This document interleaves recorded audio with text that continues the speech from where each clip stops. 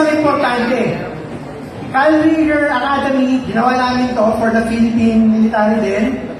May radio com charging siya kasi sabi ng rescue, mag-uusap tayo, rescue, punta tayo doon, mabilis lang na rescue yan. Sabihin, 1 day lang, okay na yan, rescue na tayo. Pagdating sa area, hindi pala gano'ng kadali yung rescue, magulo pala. Inabot na lang 2 to 3 days na. Kung radyo lang ang dala mo, 1 or 2 days, lobat na yan. Sabihin natin, power bank, sige na sa power bank.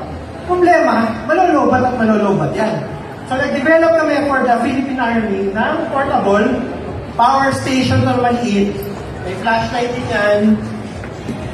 May charging na cellphone, may charging na radio com.